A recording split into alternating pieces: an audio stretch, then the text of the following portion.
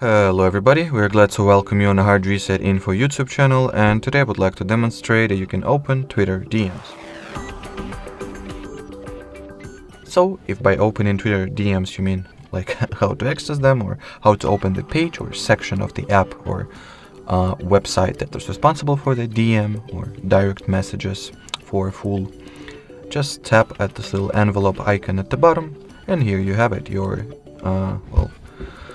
messages inbox. If you by opening DMs you mean to open them for public and make it so that other people can send you DMs, you gotta open the settings and privacy, then go into privacy and safety.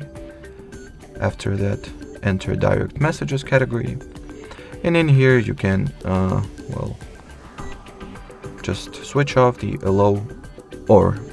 enable the allow message request from everyone. Once it is disabled, only people that you follow will be able to write to you, but once you turn the switch on, everybody will be able to send you a direct message.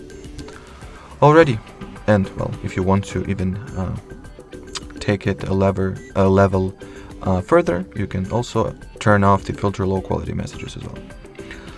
Alrighty, so that would be it for this video, guys. Thanks for watching, thanks for your attention, and bye bye.